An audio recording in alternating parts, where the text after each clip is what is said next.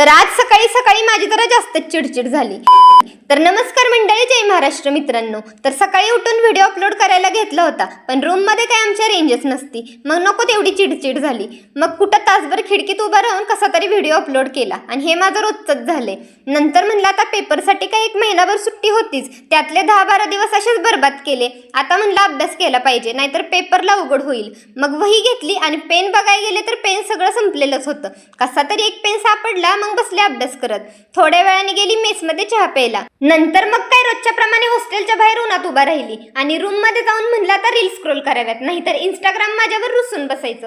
परत लक्ष गेलं माझ्या वहीकडं। आता म्हणलं चला अभ्यास करायला पाहिजे, नाहीतर जेवढी आता हसते तेवढी पेपरला पण रडेल। आणि हो, खूप सारे लोक मला डीएम करून विचारत असतात की तू नक्की काय शिकतेस। तर मी कम्प्युटर इंजिनिअरिंगला 3rd इयरला आहे। आता इंजिनिअरिंग करते म्हणल्यावर बेरोजगार म्हणू नका बरं का। तर चला मग भेटूया पुढच्या व्हिडिओमध्ये। Bye bye.